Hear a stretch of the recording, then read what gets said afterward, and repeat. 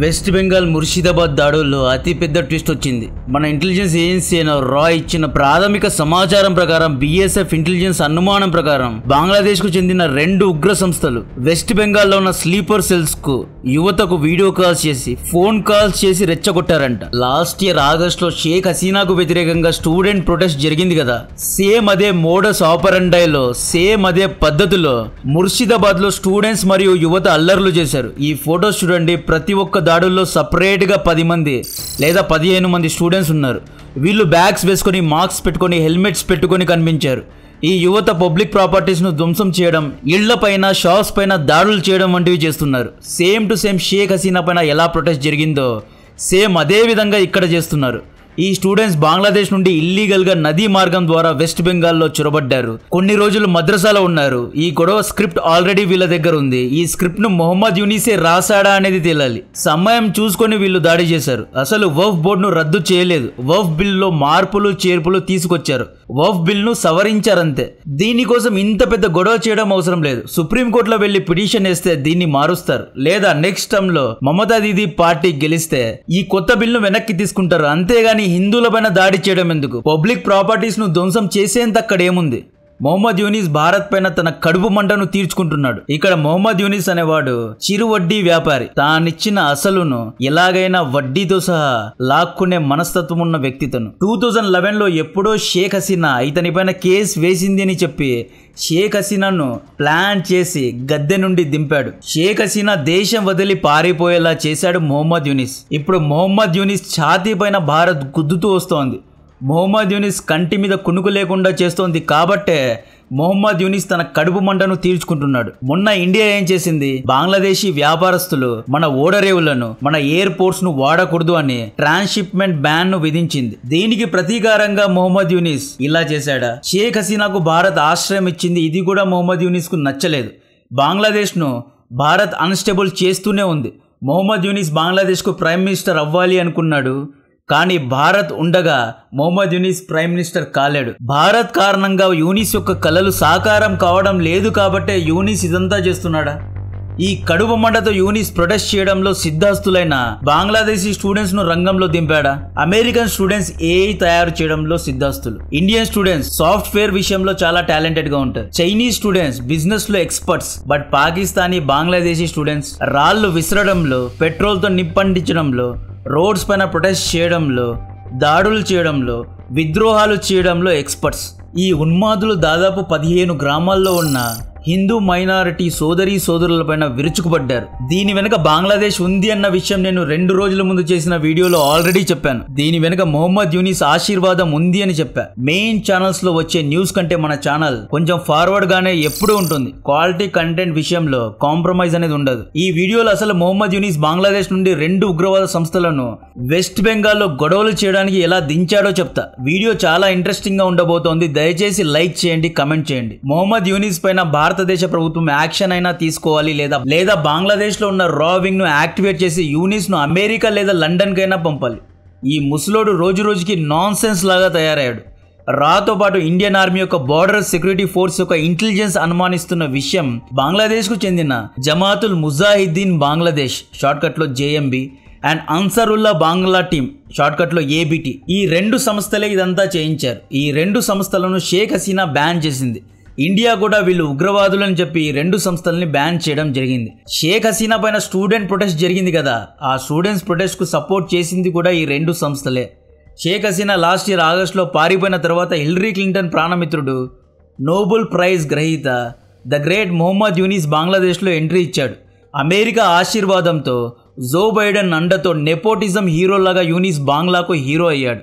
Younis ను గెలిపించడానికి అక్కడి స్టూడెంట్స్ ముఖ్య పాత్ర పోషించారు. యూనిస్ ప్రకారం స్టూడెంట్ పవర్ తో ఎంత పెద్ద నాయకుడినైనా దించొచ్చు అని. కట్ చేస్తే యూనిస్ తాను గద్దె ఎక్కిన మరుక్షణమే ఈ 2 ఉగ్ర సంస్థల పైన ఉన్న బ్యాన్ ను ఎత్తివేశాడు. ఆ తర్వాత వీళ్లకు ఫ్రీ హ్యాండ్ ఇచ్చాడు. ఈ 2 సంస్థలే బంగ్లాదేశ్ లో ఉన్న హిందువుల పైన దాడి చేశారు, బంగ్లాదేశ్ లో ఉన్న మైనారిటీస్ పైన దాడి చేశారు. ఇప్పుడు ఈ 2 సంస్థలే వెస్ట్ బెంగాల్లో దాడులు చేయిస్తున్నారు. వెస్ట్ బెంగాల్ బార్డర్ డిస్టిక్ లో ఉన్న ఈ ముర్షిదాబాద్, మాల్డా ఇవన్నీ బంగ్లాదేశ్ బార్డర్ కు దగ్గరగా ఉన్న డిస్ట్రిక్ట్స్. ఈ డిస్ట్రిక్ట్ లో ఉన్న 19 నుండి 25 ఏళ్ల మధ్య వయసున్న యువతకు వీళ్ళు బంగ్లాదేశ్ నుండి వీడియో కాల్స్ చేసి టచ్ లో ఉంటూ రెచ్చగొట్టారు. విద్రోహాన్ని రేపారు. వక్ఫ్ బిల్ను ఎన్ఆర్సీ పైన విద్రోహించాలి అని, భారతదేశ ప్రభుత్వాన్ని ఓడించాలి అని రెచ్చగొట్టారు. వీడియో కాల్స్ లో వాళ్ళు రెచ్చగొడితే వీళ్ళు రెచ్చిపోయి ముర్షిదాబాద్ లో ఉన్న హిందువులపైన దాడి చేశారు. వక్ఫ్ బిల్ కు వ్యతిరేకంగా దాడులు చేయండి, హిందువుల ఇళ్ల పైన, షాప్స్ పైన దాడి చేయమని రెచ్చగొట్టారు. యాక్చువల్లీ వెస్ట్ బెంగాల్లో ఉన్న ముర్షిదాబాద్ డిస్టిక్ లో ముస్లిం పర్సంటేజ్ 66% ఉంది. ఇంతమంది ముర్షిదాబాద్కు ఎలా చేరుకున్నారు అంటే బంగ్లాదేశ్ నుండి అక్రమంగా చొరబడి తమ సంఖ్యను పెంచుకున్నారు. ముర్షిదాబాద్, మాల్డా డిస్ట్రిక్ట్స్ లో హిందువులు మైనారిటీ అయిపోయారు. 2 వీక్స్ బ్యాక్ అమలైన వక్ఫ్ అమెండ్మెంట్ బిల్ కు వ్యతిరేకంగా వీళ్ళు ప్రొటెస్ట్ చేశారు. కానీ వీళ్ళ దగ్గరకు వెళ్లి అడగండి, అసలు వక్ఫ్ బోర్డు ఏం పని చేస్తోంది అని అడగండి, వీళ్ళు చెప్పలేరు. ఎన్ఆర్సీ అంటే ఏంటో అడగండి, వీళ్ళు చెప్పలేరు. అసలు వక్ఫ్ బోర్డు అంటే కొంతమంది ఇండియన్ ముస్లింస్ కే ఇష్టం లేదు. వక్ఫ్ బోర్డు యొక్క కొత్త బిల్ ను భారత్ కు చెందిన షియా ముస్లింస్, ఆగా ఖానీ ముస్లింస్, ఇలా ముస్లిం మైనారిటీ గ్రూప్ సపోర్ట్ చేస్తున్నారు. ఇవన్నీ కాదు, వక్ఫ్ బిల్ దేశమంతా అమలైంది రైట్.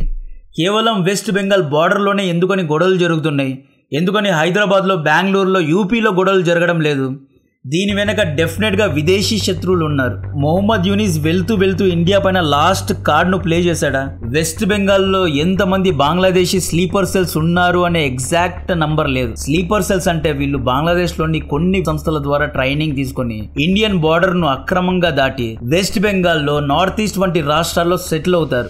వీళ్ళు మామూలు మనుషుల్లాగానే ఉంటారు, మనతో తింటారు, కూర్చుంటారు, డైలీ పనికి వెళ్తారు, వస్తారు, ఆధార్ కార్డ్, ఓటర్ ఐడి అన్ని తయారు చేసుకుని పెట్టుకుంటారు, పిల్లల్ని కంటారు, సామాన్య ప్రజల్లాగా బ్రతుకుతారు. వీళ్ళను సమయం చూసి యాక్టివేట్ చేస్తారు. ఇండియాలో ఏదైనా ప్రొటెస్ట్ చేయాలి అన్నా, ఏదైనా ఇష్యూను రేకెత్తించాలి అన్నా వీళ్ళను యాక్టివేట్ చేసి సామాన్య జీవితం నుండి వీళ్ళను బయటకు తీస్తారు. ఇలా బయటకు తీయడాన్నే స్లీపర్ సెల్ యాక్టివేషన్ అంటారు. గొడవలు చేయమని రెచ్చగొట్టి గొడవలను చేయిస్తారు. ఇప్పుడు వక్ఫ్ బిల్ కు వ్యతిరేకంగా ఈ స్లీపర్ సెల్స్ యాక్టివేట్ అయ్యారు అని బిఎస్ఎఫ్ ఇంటెలిజెన్స్ తమ ప్రిలిమినరీ రిపోర్ట్ లో అనుమానపడడం జరిగింది. అయితే దీని గురించి ఇంకా ప్రూఫ్స్ ను బయట పెట్టాలి. 2014-2015 లో మియాన్మార్ దేశంలోని బుద్ధిస్ట్ స్టేట్ అయిన అరక్కన్ ఆర్మీ ఆధీనంలో ఉన్న రఖైన్ స్టేట్ లో మొదటగా ఈ రోహింగ్యా ముస్లింస్ ఉండేవారు. అరక్కన్ ఆర్మీ ఏం చేసింది, ఈ రోహింగ్యా ముస్లింస్ ను తరిమి కొట్టింది. ఈ రోహింగ్యాలు బంగ్లాదేశ్ కు మొదటగా వెళ్లారు. బంగ్లాదేశ్ ఇస్లాం మెజారిటీ ఉన్న దేశమే కదా. రోహింగ్యాలకు బంగ్లాదేశీలు ఆశ్రయం ఇవ్వాలి, కానీ వీళ్ళు ఇవ్వలేదు. బంగ్లాదేశ్ తమ బార్డర్స్ ను క్లోజ్ చేస్తే ఈ రోహింగ్యాలు మియాన్మార్ ఇండియా బార్డర్ ద్వారా ఇండియాలో చొరబడ్డారు. మమతా దీదీ ప్రభుత్వం ఈ రోహింగ్యాలకు క్యాంప్స్ పెట్టి మరీ ఆశ్రయం ఇచ్చింది, ఫుడ్ ఇచ్చింది, నీళ్ళు ఇచ్చింది. తన ఓట్ బ్యాంక్ కోసం ఉపయోగించుకుంది. తన ఓటర్స్ ఎక్కడ ఫీల్ అవుతారు అని అపీజ్మెంట్ పాలిటిక్స్ చేయడానికి ఈ రోహింగ్యా ముస్లింస్ ను సపోర్ట్ చేసింది. కేంద్ర ప్రభుత్వాన్ని వ్యతిరేకించి రోహింగ్యా ముస్లింస్ కు ఆశ్రయం ఇచ్చింది. 2011 నుండి బంగ్లాదేశ్ లో కాంగ్రెస్ పార్టీ నాయకులు గాని, బీజేపీ పార్టీ నాయకులు గాని గెలవలేదు. దీదీకి అందరూ ఓట్స్ వేశారు. కాంగ్రెస్ పార్టీలో ఆదిర్ రంజన్ చౌదరి గారని చాలా పెద్ద నాయకుడు ఉండేవారు. యాక్చువల్లీ ఈయన సీఎం కావాలి, కానీ దీదీ అపీజ్మెంట్ పాలిటిక్స్ కారణంగా, దీదీ యొక్క ఫేక్ బ్రాండింగ్ కారణంగా దీదీ 2011 నుండి గెలుస్తూ వస్తోంది. ఆదిర్ రంజన్ చౌదరి గారు లాస్ట్ ఎంపీ ఎలక్షన్స్ లో ఎక్కడో గుజరాత్ లో ఉన్న యూసిఫ్ పఠాన్ చేతిలో ఓడిపోయాడు. ఎందుకంటే దీదీ అపీజ్మెంట్ పాలిటిక్స్ మామూలుగా ఉండవు. దీదీ రోహింగ్యాలకు ఆశ్రయం ఇచ్చి ఓటర్ కార్డ్ ఇచ్చింది, ఆధార్ కార్డ్ ఇచ్చింది, వీళ్ళను ఓట్ బ్యాంక్స్ లాగా ఉపయోగించుకుంది. లాస్ట్ శనివారం రోజు ఈ కొంతమంది ముర్షిదాబాద్ లోని సుతియన్, శంషేర్ గంజ్ గ్రామాల్లో హిందువుల ఇళ్ల పైన, షాప్స్ పైన మొదటగా దాడి చేశారు. 15 గ్రామాల్లో ఉన్న హిందువులు వేరే డిస్ట్రిక్ట్ కు పారిపోయేలా చేశారు. 100 కోట్ల జనాభా ఉన్న హిందువులు తమ దేశం నుండి పారిపోయే పరిస్థితి ఇప్పుడు వచ్చింది. ముర్షిదాబాద్ అనేది ఫ్లాగ్షిప్ ప్రాజెక్ట్ మాత్రమే, ఇది ఫస్ట్ స్టెప్ మాత్రమే. బంగ్లాదేశ్, పాకిస్తాన్ ఇద్దరు కలిసి వెస్ట్ బెంగాల్ ను, పంజాబ్ ను, కాశ్మీర్ ను, నార్త్ ఈస్ట్ రాష్ట్రాలను భారత్ నుండి సపరేట్ చేయడానికి ప్లాన్ చేస్తున్నారు. 1970s నుండి ఈ ప్లానింగ్ జరుగుతోంది. నార్త్ ఈస్ట్ లో ఉన్న 7 సిస్టర్ రాష్ట్రాలను భారత్ నుండి విడగొట్టి బంగ్లాదేశ్ లో చైనా యొక్క పెట్టుబడులను పెంచి చికెన్ నెక్ ను కట్ చేయడానికి మొహమ్మద్ యూనిస్ ప్లాన్ చేస్తున్నాడు. వెస్ట్ బెంగాల్ ఒక్కటే కాదు, అస్సాం, మణిపూర్, ఉత్తరాఖండ్ వంటి రాష్ట్రాల్లో బంగ్లాదేశ్ అక్రమ వలసదారులు ఎక్కువైపోయారు. 2017 లో మియాన్మార్ ఆర్మీ రఖైన్ స్టేట్ లో చేసిన మిలిటరీ క్రాక్ డౌన్ లో 1 కాదు 2 కాదు 7 లక్షల మంది రోహింగ్యా రెఫ్యూజీలు పారిపోయారు. వీళ్ళు మియాన్మార్ నుండి ఎక్కడికి పారిపోయి ఉంటారు? డెఫినెట్ గా ఇండియాకే పారిపోయి ఉంటారు. ఈ 7-10 లక్షల మంది ఎంతమంది పిల్లల్ని కని ఉంటారు? వీళ్ళ యొక్క సంఖ్య ఎంత ఉంటుంది? వీళ్ళు భారతదేశం మొత్తం వ్యాపించి ఉన్నారు. రోహింగ్యా వలసదారులు ఇండియన్ ముస్లింస్ యొక్క జాబ్స్ ను తినేస్తున్నారు. వీళ్ళ కారణంగా హిందువులు ఒక్కటే కాదు, ఇండియన్ ముస్లింస్ కు కూడా కష్టమే. ఈ